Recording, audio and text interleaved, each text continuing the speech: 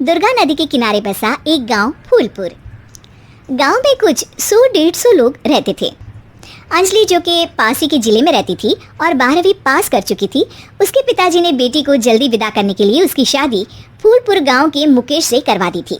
मुकेश कभी स्कूल नहीं गया था और इस कारण वो पढ़ा लिखा नहीं था और बाकी गांव वालों की हालत भी मुकेश जैसी ही थी। मुकेश के घर में उसके माता पिता भी रहते थे। सासू माँ, मैं बाहर मंदिर तक जा रही हूँ, आधे घंटे में आ जाऊंगी। अरे अभी कहीं जाने की जरूरत नहीं है, चुपचाप जाके रसोई में रात के खाने की तैयारी करो। और ये घूंघट क्यों हटा लिया है तुमने? क्या पता नहीं कि इस गांव में औरतें बिना घूंघट के नहीं रहती। रात में अंजलि छत पर जाकर अपनी मम्मी से बात कर रही होती है। तभी गांव की 3-4 औरतें उसे देख लेती है और दरवाजे पर आकर उसकी सास से शिकायत करने लगती है। और क्या हुआ? अरे छत पे तो देखो, आपकी बहू मटक मटक के किसी से फोन पर बात कर रही है। दिन भर फोन पे लगी रहती है। अरे कल तो मंदिर के पास वो क्या कहते हैं, सेल्फी ले रही थी। शहर की बहू रखना अच्छा शान की बात है, पर देखना इसके लक्षण से ये तो तुम्हारे परिवार को बदनाम ना कर दे। ये पहली बार नहीं था जब सास से गांव के लोगों ने अंजलि की बुराई या शिकायत नहीं की हो। अब तो ये रोज की बात थी। अंजलि ये सब सुन लेती है। जब वो नीचे जाती है तो मुकेश भी वहां आ जाता है। सास कहती है, बेटा, लोग घर आकर शिकायत करने लगे हैं बहू के कामों की, देख लो। पति हो, संयम से रखो इसे। माँ जी, मैं तो अपनी माँ से बात कर रही थी क्योंकि यहाँ कोई बात करने लायक ही नहीं है और अब मैं माँ के पास ही रहूंगी। वहाँ क्या रहना, वहाँ बाहर के लोग तो ठीक है पर घर के लोग भी इज्जत ना दे सके। अरे नहीं नहीं अंजलि, ऐसा नहीं है, धीरे धीरे सब ठीक हो जाएगा, तुम फिक्र ना करो। अरे बस कुछ बोलना ही नहीं है, सर पे चढ़ा रखा है बहू को। सास मुकेश की नरम बात सुन के वहाँ से मुंह चढ़ाकर चली जाती है। मैं तो कहती हूँ हम दोनों शहर चले जाते हैं। मैं पढ़ी लिखी हूँ, मुझे वहाँ नौकरी भी मिल जाएगी और थोड़े दिनों में आप भी वहाँ कुछ काम ढूंढ लेना।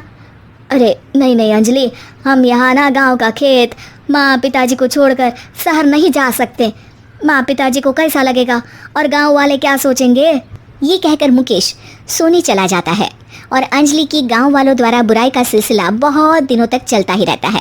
लेकिन अंजलि गुस्सा ना दिखाते हुए समझदारी से काम लेती है। बारिश का मौसम चालू हो जाता है। जोरदार बारिश से पूरे गांव में हाहाकार मच जाता है। दुर्गा नदी में बाढ़ आ जाती है और बाढ़ का पानी पूरे गांव की फसल तबाह कर देता है।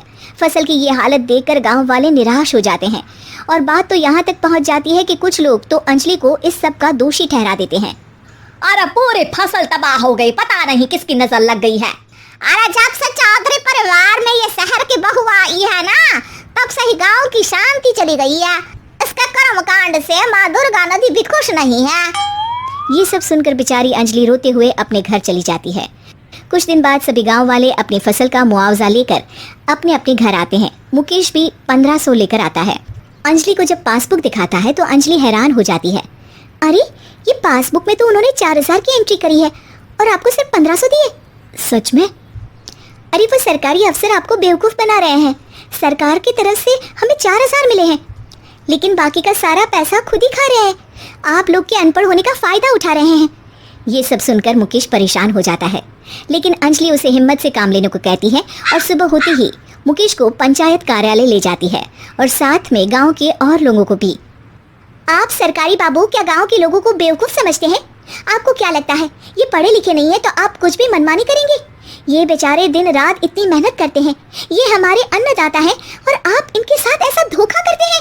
अरे क्या बके जा रही है ये लड़की, किस धोखे की बात कर रही है? अपने कांड करके नदी माँ को नाराज करके हमारा नुकसान करके इसे चैन नहीं मिला क्या? सरपंच जी, इन सरकारी बाबू ने मुझे बेवकूफ़ बनाया है और मेरे हिस्से के पैसे खुद चट कर गए। बस ये सुनते ही सरपंच वहां से दुम दबाकर भाग जाता है। पता चलता है कि जनपद अधिकारियों ने गांव के सरपंच के साथ मिलकर सबके साथ धोखा किया है। सब लोगों का विरोध शुरू हो जाता है और आखिर में अधिकारी सब गांव वालों के हिस्सों के बचे हुए पैसे उन्हें लौटा देते हैं और कई दिन तक सरपंच गांव में लौटता ही नहीं। अंजलि, तुम नहीं होती तो हम गांव वालों को तो पता ही नहीं चलता कि ये हमें हर बार बेवकूफ़ बनाते हैं। हाँ हाँ अंजलि बेटी, हमें माफ़ कर दो। हम सब तुम्हें बुरा भला कहते रहे लेकिन तुमने ही आज हमें बेवकूफ़ बनाने से बचाया है। हमें तुम पर गर्व है बेटी। अब समझ आया कि सरपंच तुमसे नहीं तुम्हारे पढ़े लिखे होने से नफरत करता था। क्यों ना इस बार हम अंजलि को ही सरपंच पद के लिए चुन ले, क्या कहते हो गांव वालों? पढ़ी लिखी सरपंच। बस पूरा गांव अंजलि के लिए ताली बजाता है और अंजलि की सास उसे खुशी से गले लगा लेती है।